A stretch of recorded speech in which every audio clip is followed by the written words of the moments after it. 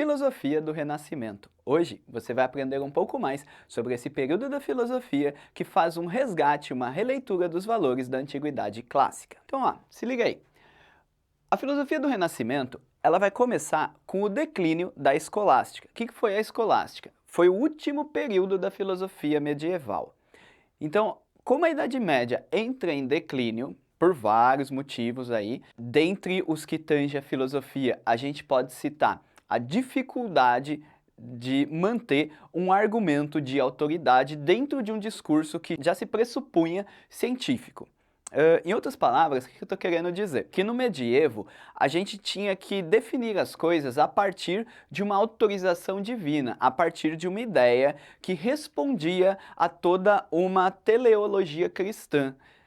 Com o fim da escolástica, foi necessário, então, uma tentativa de explicar o mundo com uma certa aproximação aí do que já era feito pelas ciências naturais. Então o Renascimento tenta fazer isso buscando, na sua ancestralidade enquanto filosofia, isso é, buscando lá na Grécia, lá em Roma, uma certa justificativa mais racional e menos teleológica para aquilo que acontecia no mundo.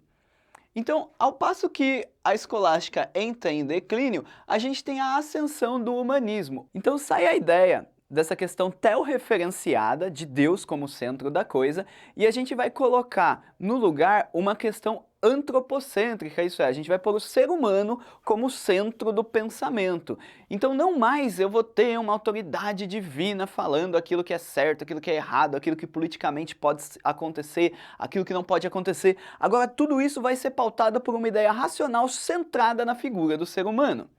Nesse sentido, a filosofia do Renascimento, como a própria etimologia da palavra diz, vai fazer uma releitura dos clássicos, como Platão, como Aristóteles e tantos outros filósofos ali do período greco-romano. Então a ideia do antropocentrismo é uma ideia fundamental para a gente entender esse período, que é na verdade uma descontinuação do pensamento medieval. Então o Renascimento ele vai ser um preâmbulo da modernidade. A modernidade vai ser uma ruptura mais drástica, uma ruptura mais abrupta, uma coisa que vai de fato acabar com certos laços. O Renascimento é o processo que vai chegar lá. Então ele não é uma ruptura radical, ele rompe peronomútil, ele é uma coisa que vai levar a essa ruptura. Então é legal da gente entender o Renascimento como o processo entre a Idade Média e a modernidade. Se liga só, se a gente pegar acontecimentos históricos, como a queda de Constantinopla, por exemplo, a gente consegue entender que toda aquela cultura preservada pelos árabes, ela vai ser trazida paulatinamente para a Península Itálica, para a região que futuramente veio a se tornar a Itália. E dentro dessa Itália, a gente tem uma articulação política muito diferente daquilo que a gente vê hoje. Então, na modernidade, a gente já teve a construção dos Estados-nações como a gente tem atualmente. Mas antes disso, um pouquinho, a gente tem estados tentando se formar, lutando ali pelo seu lugar ao sol e cada um deles com uma certa posição, com uma certa estruturação política diferente, né, entre si. Lembra um pouco os moldes daquilo que eram as cidades-estado gregas, né, as polis, cada uma tinha o seu jeito ali de existir politicamente.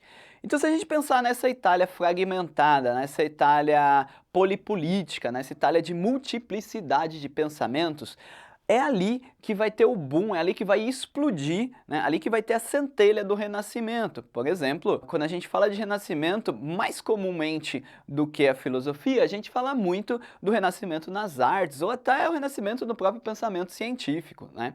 Você pega ali todas as tartarugas ninjas ali do período, o Michelangelo, o Donatello, o Leonardo e o Rafael, toda essa galera aí traz uma novidade muito grande para aquilo que a gente tinha até então. Ainda que boa parte desses caras, eles tenham aí uma certa ligação com a igreja, tá ligado? Se você pegar a Capela Sistina que o Michelangelo pintou, cara, pô, a temática da parada é inteira religiosa, né?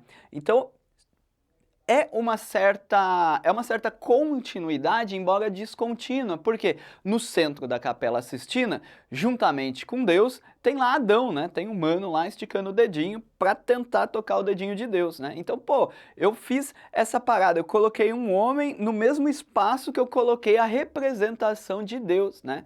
E aí tem aquela história do easter egg dentro da Capela Sistina, tu já viu? Saca lá depois.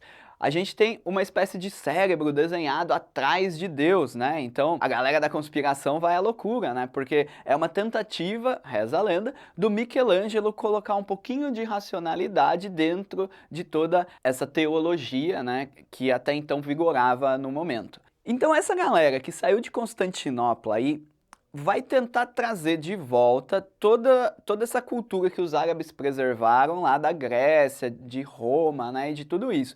Então a gente tem uma interpretação, por exemplo, de Platão novamente. A gente tem o surgimento ou o ressurgimento do neoplatonismo, que não sumiu por inteiro dentro da Idade Média, né?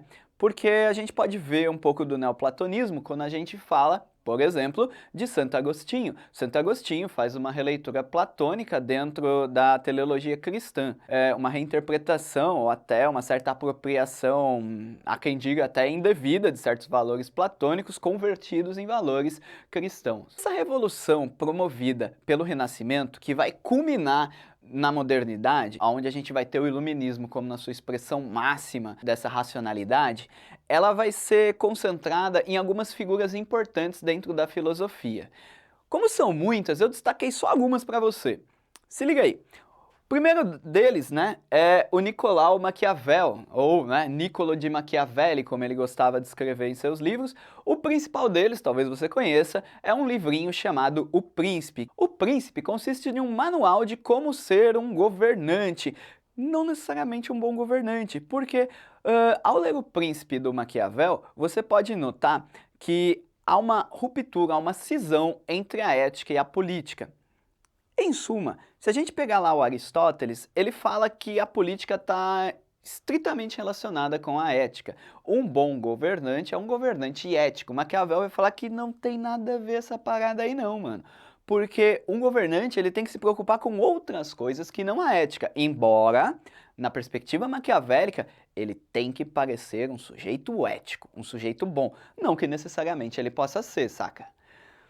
Outro sujeito importante é o Nicolau Copérnico, talvez não tanto dentro do que a gente está acostumado da filosofia, mas Copérnico ele é responsável por uma revolução muito grande dentro do pensamento, porque é o Copérnico, cara, que vai falar justamente da revolução que leva o nome dele, né, a Revolução Copernicana, tirando, né, o geocentrismo, tirando essa história de que nós, enquanto planeta, somos o centro de todo o cosmos. Isso vai mexer profundamente com a igreja, isso vai deixar a galera da época consternada, a galera vai ficar pilhadona, saca?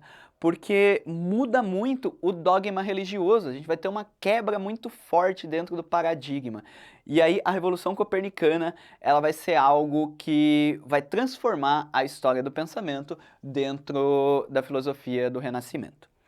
E a gente tem o Nicolau de Cusa, né, que vai ser um outro sujeito que vai trazer aí o neoplatonismo, ele vai ser um dos pioneiros, né, dentro do Renascimento a trazer o neoplatonismo de volta à cena, e esse neoplatonismo ele vai ser reinterpretado várias e várias e várias vezes. Então a filosofia do Renascimento, ela vai ser, como explicado pelos nossos Nicolais aqui, uma grande revolução nesse pensamento que vai romper com a teologia e vai trazer o antropocentrismo de volta à cena, como era um pouco ali na Antiguidade Clássica, né? A gente tem, por exemplo, o sofista Gorgias que falava que o homem é a medida de todas as coisas. Então eu tiro de foco Deus, coloco o foco no homem. Por fim, o Renascimento vai ser a ponte entre a Idade Média e a modernidade. E essa ponte foi uma ponte construída de maneira muito dura, muito árdua, com muitos percalços. Muita gente aí morreu para a gente fazer, né, essa ruptura. Foi o caso, por exemplo, de Giordano Bruno. Eu vou ficando por aqui. Continua seus estudos aí seguindo o nosso canal, curtindo, comentando e falou!